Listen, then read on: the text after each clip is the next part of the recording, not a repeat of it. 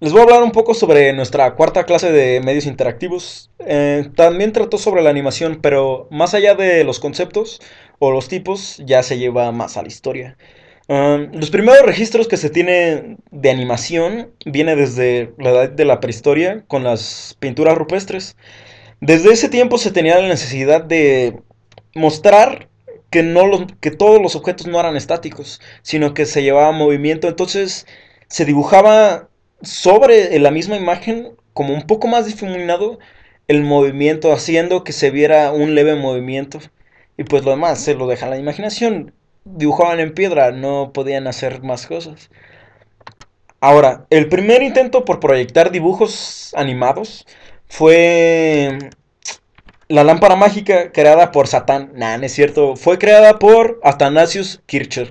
Este señor era alemán y creó este invento en el siglo XVII. Esta lámpara consistía en una caja de luz.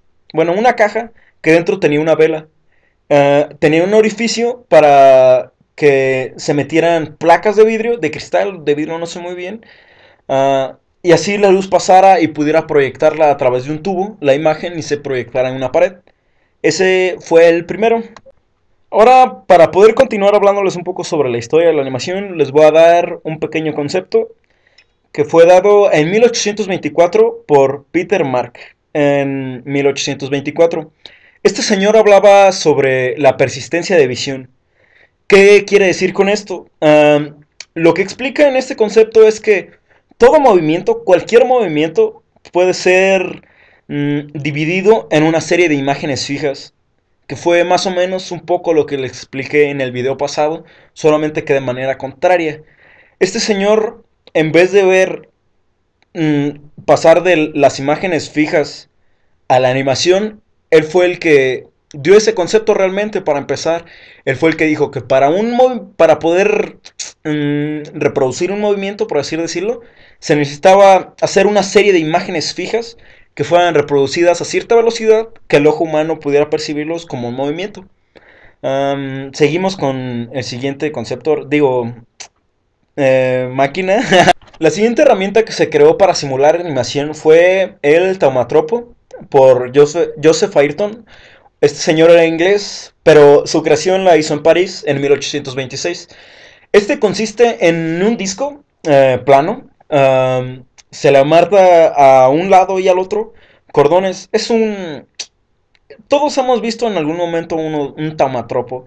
Un pequeño juego. El punto de esto consiste en, con los cordones, darle vuelta al disco y luego estirar el cordón. Lo que hace que el cordón que estaba enredado se desenrede haciendo que gire el disco. Entonces, cada disco tenía una imagen, bueno, una imagen de un lado y una de otro. O sea, cada disco tenía dos imágenes.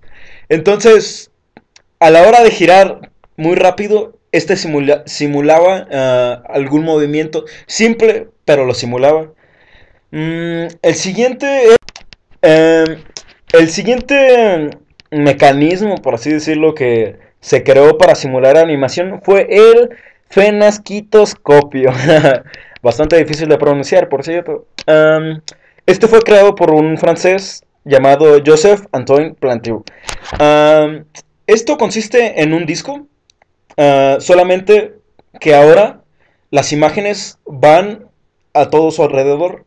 Entonces, lo que pasaba era que ese disco giraba a gran velocidad. Entonces, bueno, no tan rápido, pues, pero, o sea, giraba simulando y creando por una ranura. Se asomaba la gente para no crear distracciones. Porque si no se tiene la ranura para ver un punto fijo y que se vea la continuidad de las imágenes, la animación se perdía, solamente se alcanzan a percibir líneas. Es demasiado ruido visual, por así decirlo. Pero era un gran avance. El siguiente mecanismo que fue creado para la animación fue el zootropo. Este fue creado por William George Homer en 1867. Este señor era inglés. No se tiene registro del por qué creó esto. Tal vez para entretenimiento de su hijo, algún familiar o de alguna forma. Pero esto no lo comercializó. Bueno, pero el punto es que esto funcionaba de esta manera. El punto de esto era un tambor vacío, hueco, pues. Entonces, a las orillas, dentro, se colocaba una tira de imágenes. Y el mismo tambor tenía ranuras por el que se podía ver.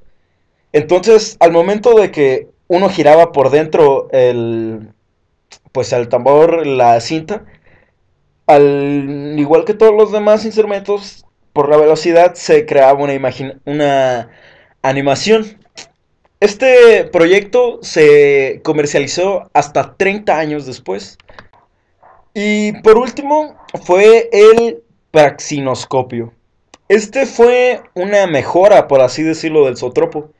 Este fue creado por Emil Reinhardt en 1878. Este fue el pionero en el cine, por así decirlo, ya que mejoró el sistema del zootropo porque le puso una serie de espejos, haciendo que pudiera, con la luz, ser proyectado ya sea a una superficie pequeña o a una más grande. Eso ya lo perfeccionó después, lo hizo, fueron como los inicios del cine. Se proyectaba una pared y se colocaba una cinta, una animación, se corría, incluso él era el que empezaba a explicar, darle el diálogo un poco a su animación. Fue así como se le empezó a dar vida al cine, por así decirlo. Um, Eso fue todo lo que vimos en nuestra cuarta clase. Lo único que hicimos después fue hacer nuestro zootropo, que quedó inconcluso, pero que estamos haciendo también de tarea junto con este video. Y pues fue todo. Muy buenas clases, profe. Se la rifa. Y espero le haya gustado. Puede que tenga un poco de trabas a la hora de hablar por los nombres o cosas así, pero realmente entiendo bien y me interesa realmente mucho. Así que saludos y adiós.